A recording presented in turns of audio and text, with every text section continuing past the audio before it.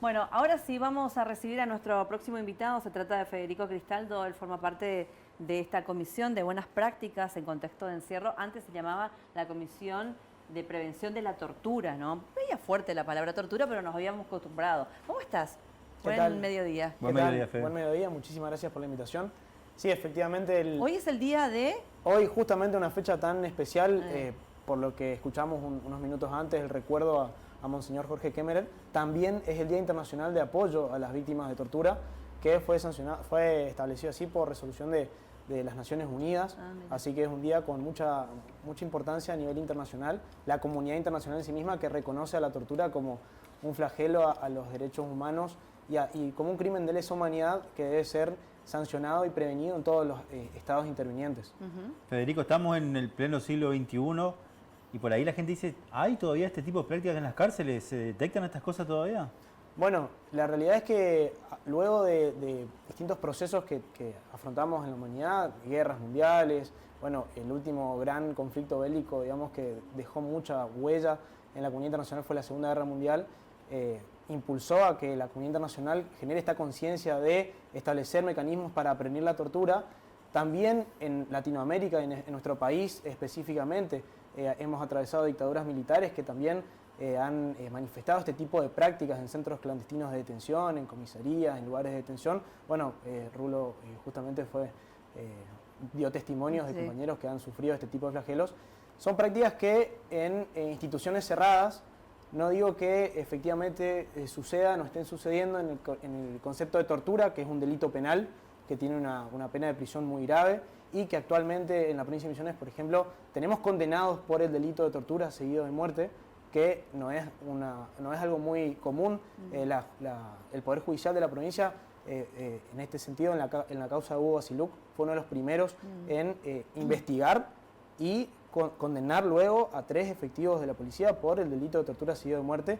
Así que quizás la tortura como acto violento que lastima intencionalmente, con cierta gravedad, utilizada para obtener una confesión o para alguna circunstancia discriminatoria o para coaccionar siempre por un funcionario público en ese carácter, quizás no como lo imaginamos nosotros, pero sí el trato cruel e inhumano era antes se puede manifestar o por lo menos la tercerización de la violencia también, ¿no? Sí, ni es hablar. Decir, habilitar que alguien dentro de la cárcel le pega a su compañero. Digamos, la aquiescencia, digamos, por parte del funcionario público para que alguien más lo realice. Exacto. Pero además esto, tener muy presentes el tema de un proceso judicial digno, digamos, con acceso a todas las garantías, que tengan también efectivo contacto con sus defensores, sea una defensa pública o una defensa privada. Es todo una conjunción de situaciones que en el marco de lo jurídico, por ejemplo, tienen que garantizar un proceso legal, siempre en el marco del cumplimiento de todas las garantías constitucionales, y que hacen a un tratamiento digno dentro del sistema penal. Entonces, si hablamos de tortura o maltrato, no solamente nos detenemos a pensar en una cuestión física, en una cuestión de poder inmediata, sino también en todo el ciclo, todo el proceso que conlleva entrar al sistema penal. Y no solamente dentro de una cárcel o una comisaría, por ahí como sí es lo primero que se nos viene a la cabeza, sino también podemos hablar de otros tipos de contextos de encierros, como pueden ser hogares de niños, niñas y adolescentes, pueden ser también residencias de larga estadía, adultos mayores, también inclusive centros de rehabilitación de personas con algún tipo de consumo problemático, que estén cumpliendo algún régimen de privación de libertad, por más de que sea voluntario su ingreso. Todos estos lugares, para nosotros, es un lugar de privación de libertad y por lo tanto pueden ser pasibles de control y monitoreo de este tipo de delitos, de este tipo de ¿Ustedes actividades. tienen autonomía para ir a donde le llamen o tienen que hacer todo un círculo, pedir permiso, autorización, No, avisar, por ejemplo? La cuestión es así, el sistema internacional pergenió, digamos, ideó un sistema independiente de control y su efectividad radica principalmente en que la visita es independiente, claro, y sin aviso. Claro, exactamente. Sí, tal cual. Entonces tenés 2 elementos claves, si se quiere, para que funcione esto, que es garantizar la independencia funcional del organismo y que las visitas sean sin previo aviso, básicamente. Entonces, hoy por hoy la provincia de Misiones cuenta con la ley cuarta número 65 que crea nuestro sistema provincial, crea la comisión y específicamente autoriza la visita cualquier día, cualquier hora, sin necesidad de aviso. ¿Y qué trabajo hacen ustedes? Contanos. Específicamente el monitoreo sobre los lugares de detención, es decir, llegar al lugar, entrevistarse con las personas, también entrevistarse con las autoridades. Yo, por ejemplo, represento al Poder Ejecutivo dentro de la comisión, entonces también cumplo esta doble responsabilidad, si se quiere, de garantizar la independencia funcional y analizar las situaciones con objetividad, con la mirada que realmente requiere el compromiso con los derechos humanos, pero también garantizando el funcionamiento institucional, tratando de promover prácticas que sean cooperativas, recomendaciones que ayuden a mejorar desde la institución en sí misma. Por eso, cuando llegamos a un lugar, nos entrevistamos con las personas de manera anónima, de manera secreta, digamos, para que funcione esto, recopilamos información y a través de eso, una vez con esa información, podemos ir derivando las situaciones que nos vayan expresando a las autoridades correspondientes, sea Servicio Penitenciario, Policía de la Provincia de Misiones, Salud Pública, ¿por qué no? Pero no tiene nada que ver con la sentencia ni la causa, no, nosotros, la convivencia, sí, la forma de vida dentro de esos lugares. No formamos parte del proceso judicial. Exacto. No intervenimos en expedientes individuales de cada situación, de cada imputado o condenado que esté cumpliendo una condena, sino que lo que hacemos es, si el caso lo requiere, hacer la denuncia y se inicia una investigación, pero no somos nosotros los investigadores. El sistema fue creado o pensado por un suizo en la década del 70 y es inclusive interesante entender o enterarse que el primer país en tener este sistema fue Suiza. Y se trataba de una persona, un banquero de apellido Gautier, filántropo, que nada tenía que ver con el sistema, pero que sin embargo pensó que las cárceles, después de todo lo que la sociedad había pasado, iban a constituir el lugar donde más flagelos y más violaciones a los derechos humanos existen.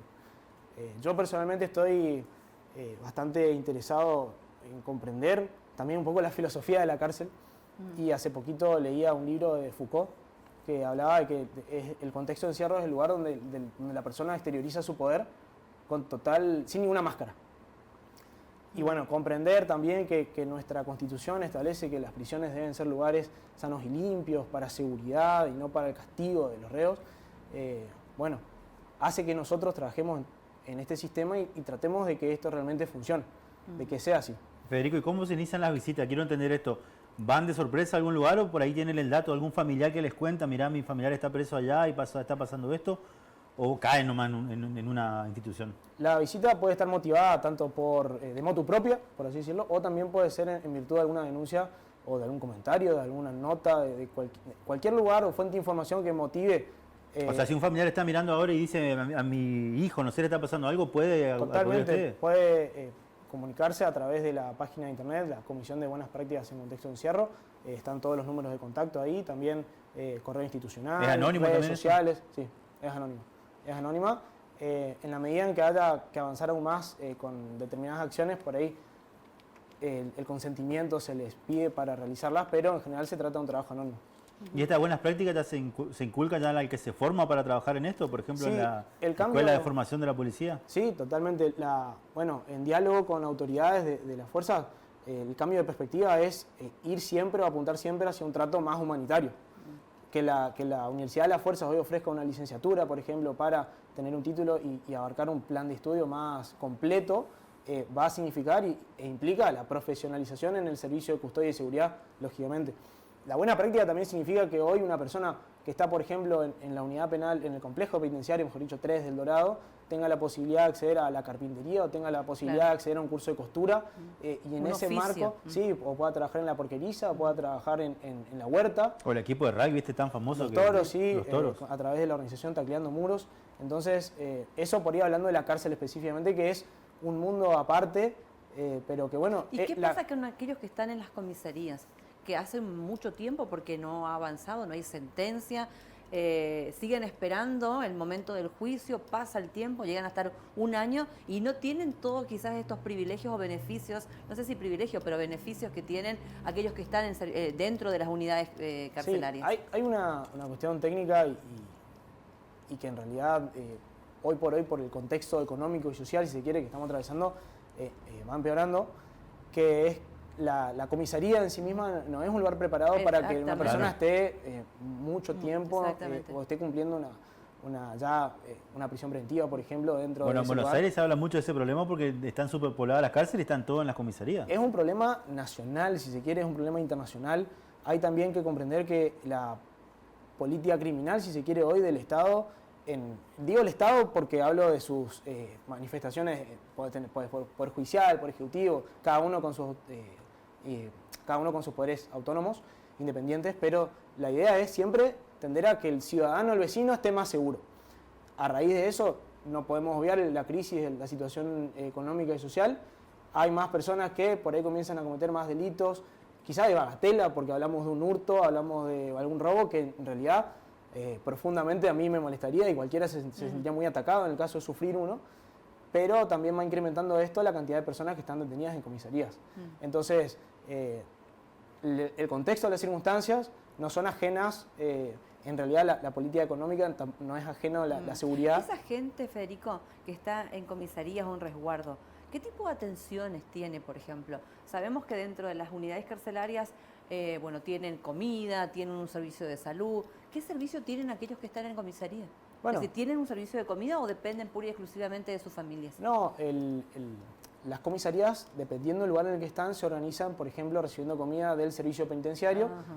Por ahí también tienen convenios con algunas otras instituciones, como por ejemplo hospitales o algunos comedores centralizados, cocinas centralizadas, pero también hay situaciones en las cuales reciben directamente lo que le llaman las familias nada más, o muchas veces la misma fuerza hace el esfuerzo para garantizar... Los mismos policías que están allí la misma policía hace el esfuerzo para garantizar que en su comisaría el orden se mantenga, porque no solamente hay que pensar en por ahí el enfoque de que estén pasando mal o de que haya un castigo en ese lugar, sino que hay que pensar que una comisaría que esté desbordada, por ejemplo, por personas detenidas en ese lugar, va a significar que el policía, en vez de estar atendiendo al vecino, estando afuera, haciendo tareas de prevención, tenga que estar ahí atento a la seguridad y custodia de ese detenido. Claro. Entonces sí, el hacinamiento de la sobrepoblación, si se quiere, es decir, el mayor número o el incremento de personas privadas de libertad en comisarías es un problema y que a su vez tiene otras consecuencias en la seguridad. En la convivencia también. En la convivencia dentro del lugar y en la seguridad en general.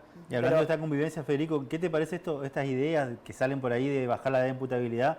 Vos sabés cómo son los adultos y qué pasaría, y también trabajar con chicos. Sí. ¿Qué pasaría si llevaba un chico de 15 años, 16, a una cárcel común donde hay una persona ya, no sé, de 30, 40 años con una carrera delictiva ya asentada? Sí, con respecto a la baja en la edad de imputabilidad, yo, por ejemplo, entiendo que el debate se está dando a nivel nacional y que no sé si va a ser agenda legislativa para lo que quede ya su concreción de este año o no, y cómo será su implementación.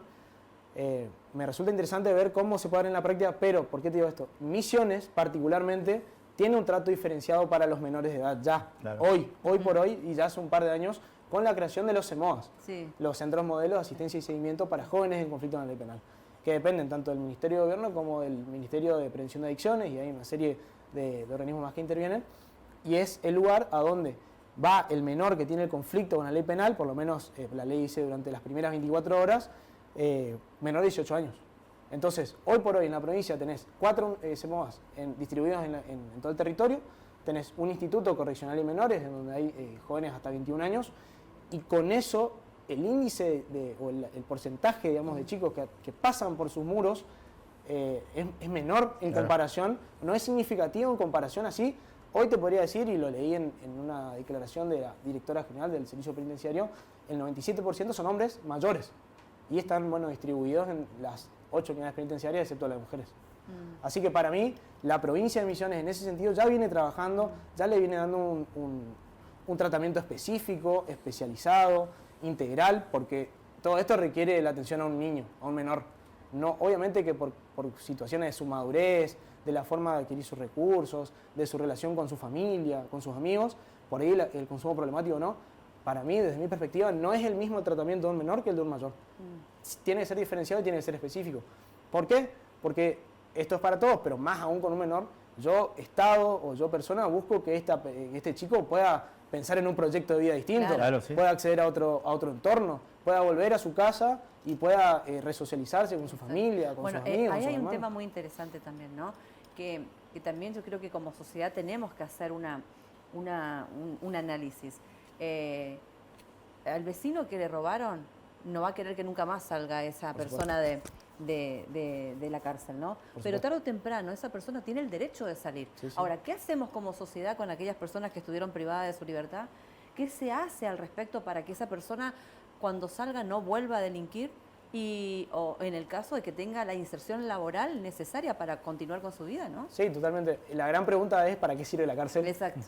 Bueno, y creo que es importante que esos temas, por la importancia y también por lo interesante y por lo que significa en la vida de una sociedad, qué rol le damos a la cárcel, se discutan, pero ni hablar, una persona que está cumpliendo una sentencia de, no sé, de poco tiempo, después accediendo a algún beneficio, suponiendo que se trata de algún delito que pueda acceder a algún beneficio dentro del régimen de ejecución de la pena, va a salir y en definitiva va a convivir y se va a integrar de nuevo en la sociedad. Y Federico, También le escuchaba también la escuchaba, la leía, mejor dicho, a la directora, que decía que en Misiones tenemos un muy bajo índice de reincidencia. Hablaba de un 4% en porcentajes. Entonces, bueno, evidentemente dentro del trabajo con los condenados, la provincia viene haciendo un buen tratamiento. Bueno, acá pasó con el asesino de Carolina Ló, que no me acuerdo el nombre ahora, que cumplió la condena y está acá en Misiones porque ninguna provincia le recibía. Creo que no sé si llegó a quedarse. Estaba en un centro acá por la ¿Tablada? Uruguay. Sí. ¿Tablada?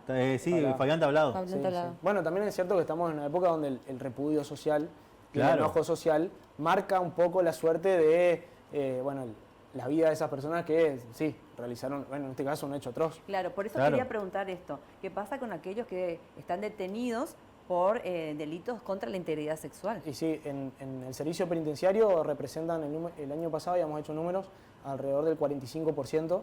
Y Un número creo que si no me importante. equivoco, ¿La mitad? sí, creo que ahora también hace muy poquito leí que estaba más o menos en esos números también, 50 o 45%.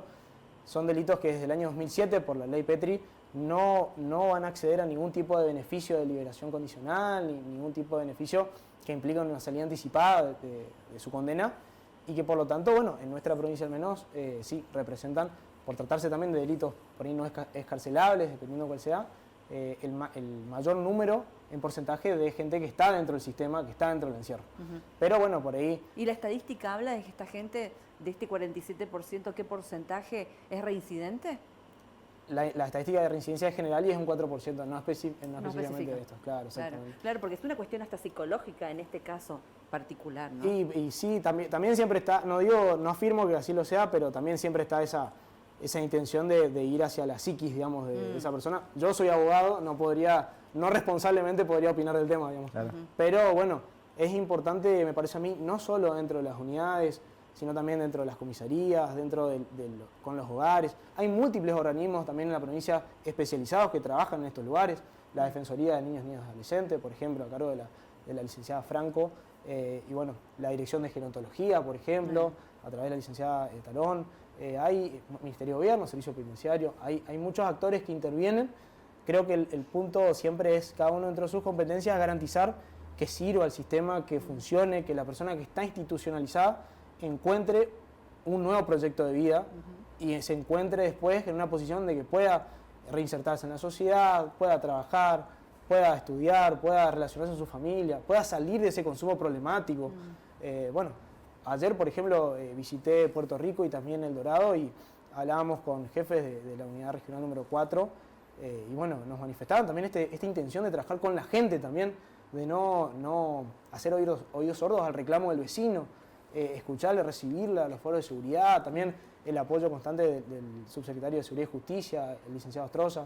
La verdad que la intención es esa, pero lógicamente la crisis económica, si se quiere, no es ajena y golpea y mucho en estos sectores que, bueno, son como los más abandonados o más ocultos, digamos, de la democracia en sí misma.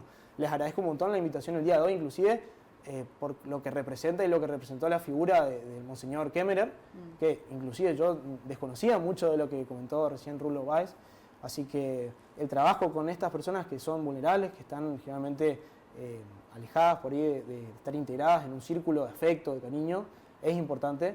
Y en nuestro país, en nuestra provincia, mucha gente luchó porque bueno, somos una comunidad pacífica, ordenada, y se enfrentó a cosas tan terribles como la dictadura militar. Bueno, la última, al menos de mi parte, ¿cómo tomás esta serie de Netflix o plataformas que por ahí romantizan un poco el tema de la cárcel, ¿no? Que hay chicos que por ahí quieren hablar como los tumberos, ese lenguaje que que tanto impone la Buenos Aires con nosotros. ¿Qué te parece todo eso? Con tu experiencia de conocer cárceles, de conocer Bien. gente privada de su libertad. Yo vengo trabajando en esto desde febrero del año pasado, con otro rol porque era secretario dentro de la comisión, y en octubre fui designado por el Poder Ejecutivo como miembro. Y a mí me parece que cualquier contenido que salga es llamativo porque la realidad es que hay mucho misterio alrededor del encierro. Exactamente, Claro. el conocimiento. Y ahí es un poco lo que decía de por qué se origina el sistema y por qué se crea todos estos mecanismos, porque la idea es pensar en una cárcel abierta a la gente, digamos, para que sea transparente, digamos.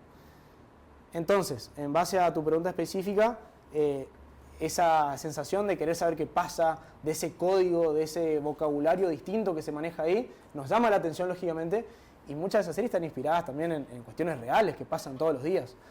No siento que sea... muchas veces la realidad supera la ficción, pero obviamente hay cosas exageradas. Y a mí me parece que todo material que sirva para que la gente, para que el público sepa qué pasa en un contexto de tanto misterio, es válido y es, hasta te digo, positivo.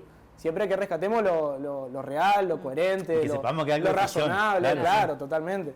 No pensar si se quiere sí o sí con esa lógica, pero entender que es un producto que podemos, del cual podemos aprender. Nos podemos llevar algo. Siempre nos podemos llevar algo. Gracias, Fabián, por venir. Gracias. Federico. No pasa nada. No, gracias por la invitación. Muchas gracias por la invitación. Muy claro, Muchas gracias, muy claro lindo, el concepto, muy sí, sí. linda charla.